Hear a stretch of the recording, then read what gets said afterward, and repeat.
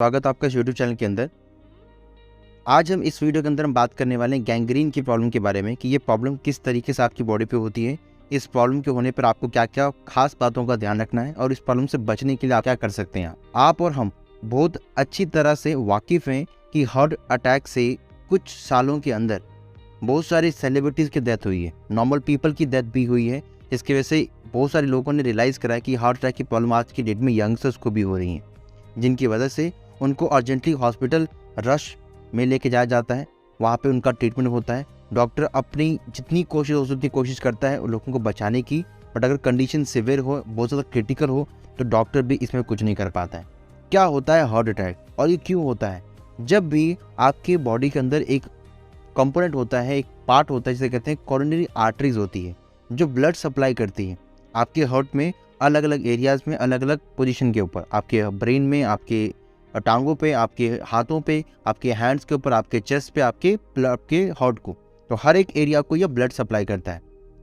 इसमें कोलेस्ट्रॉल के पार्टिकल्स अगर जमा होने लग जाएं और कॉर्टिकल्स के जितनी भी पार्टिकल्स जितनी भी अगर आपकी स्किन में जमा हो रहे हैं तो वो ब्लॉकेज करना स्टार्ट कर देते हैं आपके वेसल्स के अंदर, आर्टरीज के अंदर। इसकी वजह से ब्लड सप्लाई का जो प्रोसेस है वो रुक जाता है। जब ब्लड सप्लाई का प्रोसेस रुकेगा, ब्लॉक हो जाएगा, ब्लॉक होने की वजह से हार्ट अटैक की प्रॉब्लम लोगों को आ सकती है और उनको फील होती है।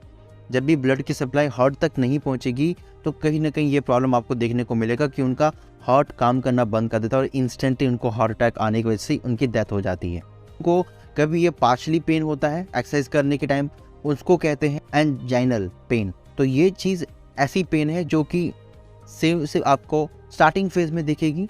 सो सही समय पर अगर आप इसका ट्रीटमेंट ले लेते हैं, ट्रीटमेंट लेना बहुत ज़रूरी भी है, तो अगर आप वो लेते हैं तो अदरवाइज इसके कॉन्सिक्वेंसेस को इरिवर्सिबल करना पॉसिबल नहीं है। तो डेथ आपका लास्ट स्टेज रहता है, तो इसको सीरियसली लें, इस वीडियो को आप सीरियसली लें। अगर आप चैनल पर न्यू हो तो फटाफट चैनल को सब्सक्राइब कर लें, बेल आइकन को प्रेस कर लें ताकि इस तरह की इन्फॉर्मेटिव वीडियोज़ आप कभी भी मिस ना कर सकें। सो हम थे इस टॉपिक के ऊपर, जो कोरोनरी आर्टरीज रहती हैं वो डिजीज़ में आपकी बन जाती हैं और उसके अंदर जब ये सारा कोलेस्ट्रॉल जमा होना स्टार्ट हो जाएगा तो आपको ये टोटल ब्लॉक करना स्टार्ट करेगा। कोरोनरी आर्टरी सिर्फ हार्ट के अंदर नहीं होती, आपके ब्रेन में भी होती है। तो ब्लड सप्लाई की जो क्वांटिटी होती है वो हर जगह पे उसको सेम रहती है, हर जगह पे उसको सप्लाई करना होता है और जहाँ पे भी ब्लॉकेज हुआ वो एरिया डैमेज होना स्टार्ट हो जाएगा। और जब कोई चीज़ कितने लंबे टाइम से अगर आपने उसको बांध करके रखी है, जैसे कि अगर आप एक डैम देखें, पानी जमा हो रहा है, पानी का सप्लाई बहुत ज़्यादा इंक्रीज़ हो जा रहा है, इंक्रीज़ हो जाने के बाद वो बांध को भी तोड़ देता है। उसी तरीके से जब आपका ब्लड सप्लाई बहुत पीछे से आ रहा है फ्लो के अंदर, बट आगे ब्लॉकेज है, तो ब्लड सप्लाई पूरी कोशिश करेगा उस चीज़ को ओपन करने की, और जिसकी वजह से लोगों को हार्ट अटैक की प्रॉब्लम हो जाती है। अगर आपकी नस फट गई और आपका नस फटने की वजह से आपका पूरा का पूरा स्ट्रक्चर खराब हो जाएगा, तो सोचिए कितनी सीवियर कंडीशन हो सकती है। तो उस कंडीशन तक ना पहुँचे, आपका ब्रेन उस तरीके की चीज़ों को ना हैंडल करे, आप पैरालिसिस की प्रॉब्लम तक ना पहुँचे, तो इसलिए आपको खास ध्यान रखना है। वहाँ जब ब्लॉकेज होता है उस ब्लॉकेज को हम कहते हैं ट्रांसिएंट इस्केमिक अटैक। शुरुआती सिम्टम, इससे हमें इसको इस सिंपल भाषा में कहें, ये प्रॉब्लम लंबे टाइम तक रहती है। देन इसमें इस्केमिक ब्रेन जो स्ट्रोक्स होते हैं वो आपकी बॉडी पर होना स्टार्ट हो जाते हैं, जो पैरालिसिस और डेथ सिम्टम का कारण बनते हैं। नाउ वीडियो जो हमारा है वो है गैंग्रीन के ऊपर।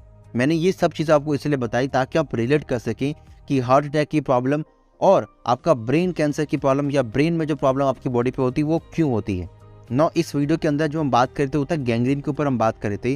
तो ये प्रॉब्लम जब आपके पैर या फीट में होती है और अगर आपकी स्टार्टिंग फेज के अंदर रहेगा तो इसको हम इंटरमिटेंट क्लॉडिकेशन इसको कहते हैं।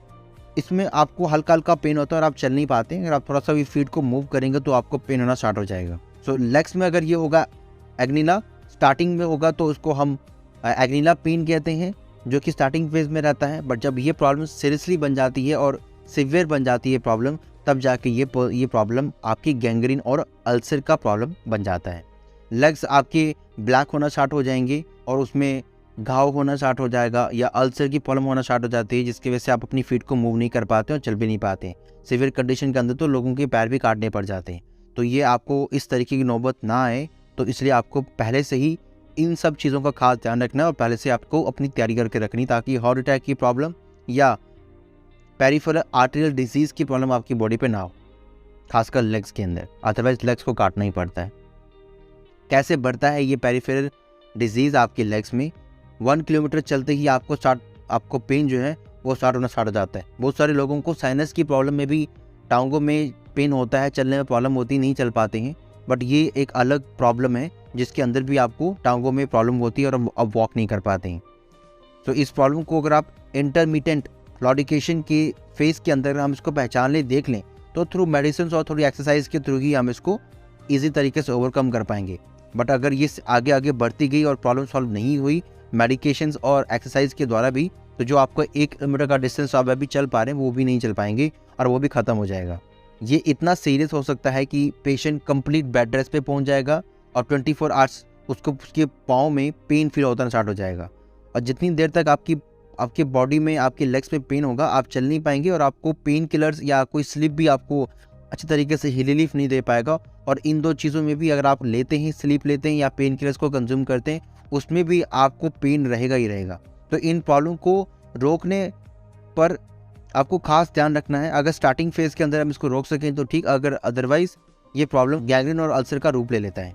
पैरों का कालापन या बड़े बड़े घाव जो हो सकते हैं, उन चीज़ों से बचने के लिए आपको डॉक्टर से कंसल्ट करना पड़ेगा।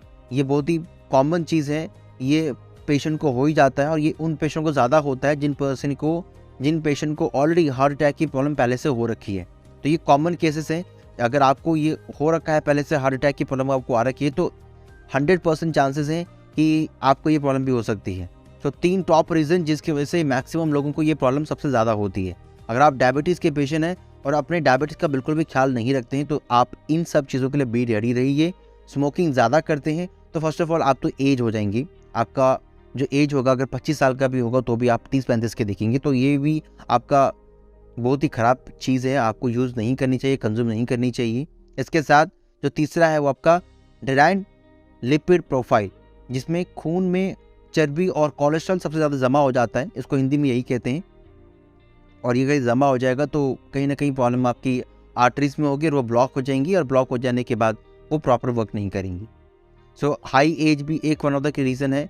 और अगर आपको कोई किडनी की प्रॉब्लम रिलेटेड कोई प्रॉब्लम है तो उसमें भी ये प्रॉब्लम आपकी हो सकती है। तो ट्रीटमेंट क्या रहेगा इसके अंदर? फर्स्ट, अगर आप इन 3 रीज़न में फॉल करते हैं तो फर्स्ट ऑफ ऑल डॉक्टर या फिजिशियन से डेली अपना चेकअप कराएं, टाइमली चेकअप कराएं कि तब भी ये डिटेक्ट अगर हो जाता है उन केसेस के अंदर ही, उन चेकअप के अंदर, तो हम बहुत जल्दी इसको ठीक कर पाएंगे या डॉक्टर इसको बहुत जल्दी ठीक कर पाएगा। बट अगर मेडिकेशंस के बाद भी आप इसको पता नहीं लगा पा रहे हैं और जब ये पता लग रहा है तब ये ऑलरेडी अपने वर्स्ट कंडीशन में पहुंच चुका है, तो डॉक्टर भी इसके अंदर कुछ भी नहीं कर पाएगा।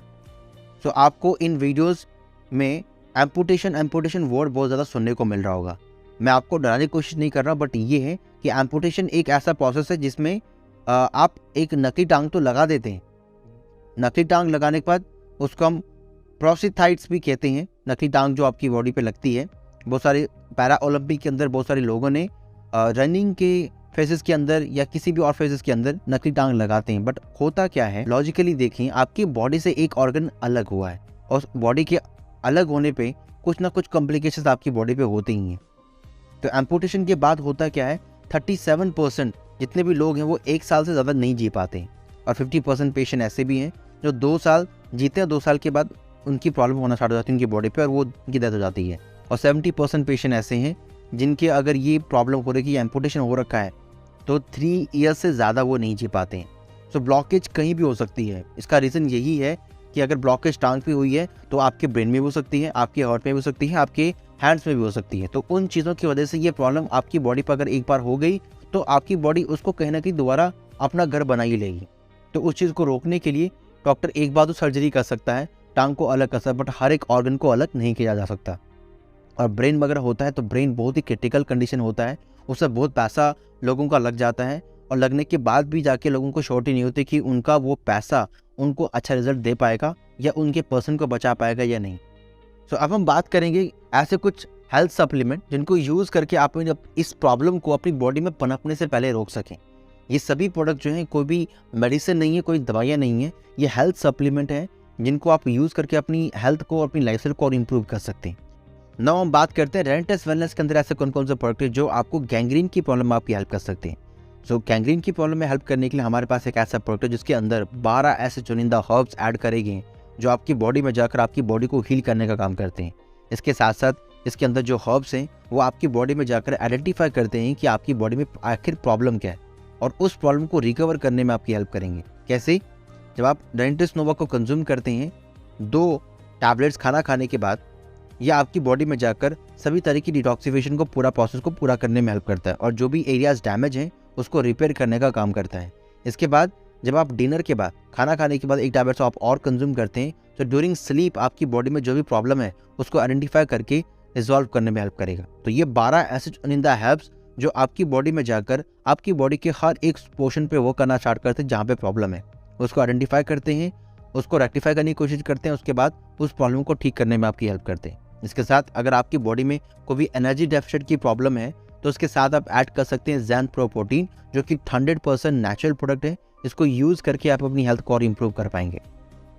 सो आई होप इस वीडियो के अंदर जो 2 प्रोडक्ट मैंने आपको रेकमेंड करे और पूरी एक्सप्लेनेशन आपको शेयर करी कि गैंग्रीन की प्रॉब्लम बेसिकली क्या होती है, ये आपके लिए काफ़ी ज़्यादा बेनिफिशियल होगी।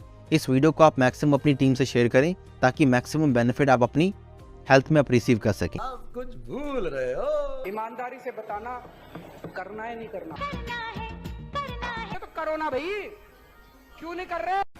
अच्छी बात बोली, आपको अच्छी लगी तो ऐसे थोड़ा मार दीजिए हाथ, आप थोड़ा सा मार दीजिए। क्यों कष्ट हो रहा है आपको? अगर अच्छी लगी मार दीजिए।